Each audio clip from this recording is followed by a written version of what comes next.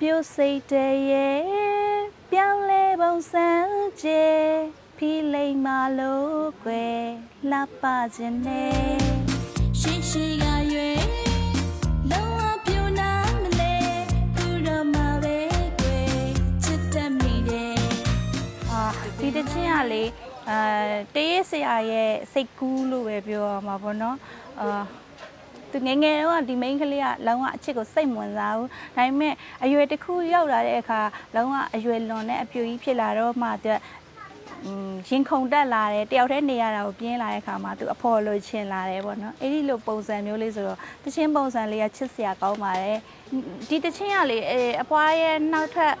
ပေါ့နော်နောက်ထပ်ပြန်ဆိုတဲ့လူတွေမတွေ့ခဲ့ဘူးချင်းမတွေ့ခဲ့တဲ့ခါကျတချင်းပုံစံကကြတော့တိတ်မတိကြမှာဆိုးလို့ဒါကအပွားဆိုခဲ့တဲ့တချင်းမဆိုတာကိုနှစ်ခုကိုရှင်ပြီးတော့တွဲပြတဲ့သဘောပါစမ်းကောင်းမို့တော့ပူစရာမလိုပါရှမ်းကြီးတစ်ပတ်ရှိတယ်လေ over time စင်းတော့ကြလေရှမ်းကြီးရှိတော့ okay ကျွန်တော်တို့စက်ရုံကလူတွေလည်းရှမ်းကြီးလက်ဖက်နဲ့စင်ပြေဟာဒါဆိုငါတို့တစ်မျိုးလုံးရှမ်းကြီးမှရှမ်းကြီးပဲရှမ်းကြီးလက်ဖက်ရှမ်းကြီးလက်ဖက်ရှမ်းကြီးလက်ဖက်ကျမ်းမာတူရှမ်းကြီးရှမ်းကြီးလက်ဖက်ရှမ်းကြီးလက်ဖက်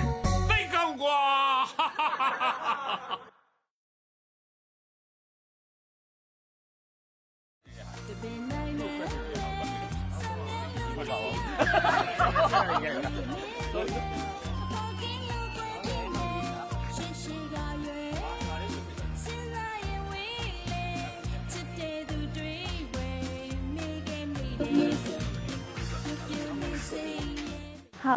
ဒီနေ့ကတော့အဖွားတော်မရှင်ရဲ့ဝိလဲလဲဆိုတဲ့ချင်းလေးကိုရိုက်တာပါရှင်ဘယ်လိုပြောလဲတချင်းပုံစံကတော့အရင်ပုံစံပဲဒါပေမဲ့ဗာရှင်လေးနည်းနည်းချင်းထားပါတယ်ရှင်ဒီတချင်းကကြတော့လေတချင်းပုံစံလေးကလည်းချစ်စရာကောင်းတယ်ပြီးရခါကြလို့ရှိရင်ဒီတချင်းလေးတွေတော်တော်များများကိုကြည့်တဲ့အချိန်မှာလေအဖွားတော်မရှင်အပြိုကြီးမို့လို့သူ့အဲ့လိုပြိုလေးတွေရေးပေးကြတယ်လို့လည်းထင်ပါတယ်ရှင်အဲ့ဒါကြောင့်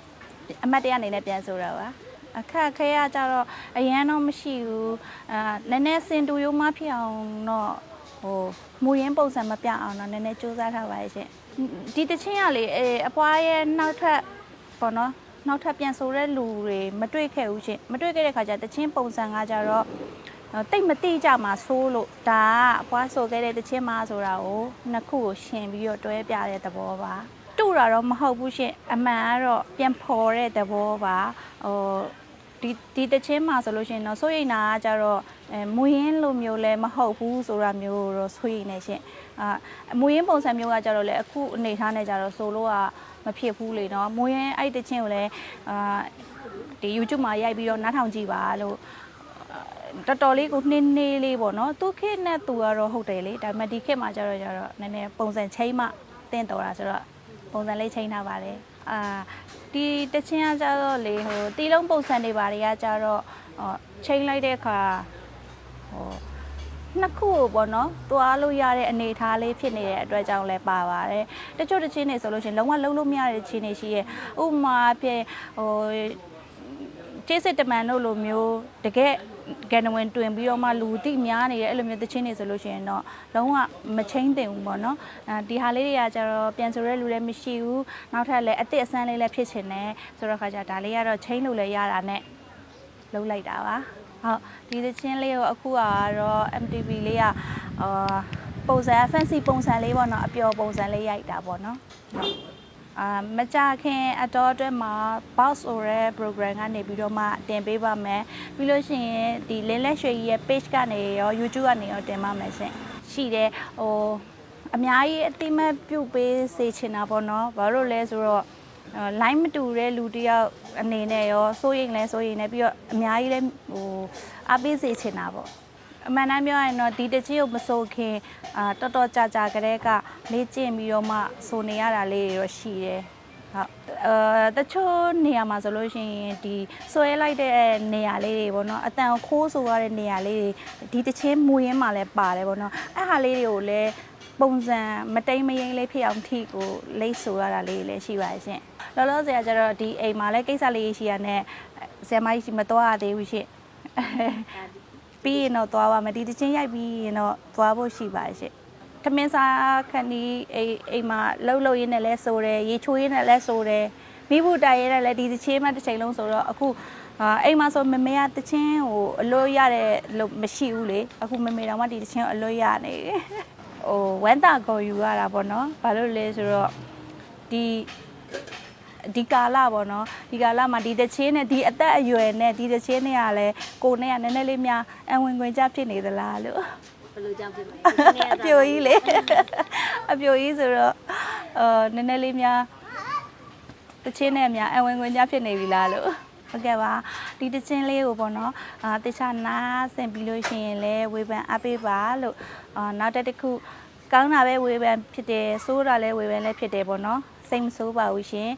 ကောင်းတဲ့အကြံဉာဏ်တွေပေးတယ်လို့ပဲခံစားပြီးတော့မှထပ်ပြီးစူးစမ်းပါမယ်ရှင်ဟုတ်ရှိပါတယ်တချို့ပေါ့နော်ဟိုအရင်မခက်ခဲတဲ့ဟာမျိုးပေါ့နော်ဒီဘွားရဲ့တချင်းထဲမှာဆိုလို့ရှင်လဲပြန်ဆိုလို့ရတဲ့တချင်းလေးတွေအများကြီးရှိတယ်ပေါ့နော်အဲ့လိုပုံစံမျိုးလေးတွေပြန်ဆိုပါမယ်ရှင်ဒီတချင်းကလေတရေးဆရာရဲ့စိတ်ကူးလို့ပဲပြောရမှာပေါ့နော်သူငယ်ငယ်တော့ဒီ main ကလေးကလောင်းကအချစ်ကိုစိတ်ဝင်စားဘူးဒါပေမဲ့အရွယ်တစ်ခုရောက်လာတဲ့အခါလောင်းကအရွယ်လွန်တဲ့အပြူကြီးဖြစ်လာတော့မှသူရင်ခုန်တက်လာတယ်တယောက်တည်းနေရတာကိုပြင်းလာတဲ့အခါမှာသူအဖော်လိုချင်လာတယ်ပေါ့နော်အဲ့ဒီလိုပုံစံမျိုးလေးဆိုတော့တချင်းပုံစံလေးကချစ်စရာကောင်းပါတယ်ပြိုစိတ်တည်းရဲ့ပြောင်းလဲပုံစံချေဖီးလိမ်မလို့ကွယ်လှပခြင်းနဲ့ရှိကရွယ်လုံးဝပြိုနာမလဲ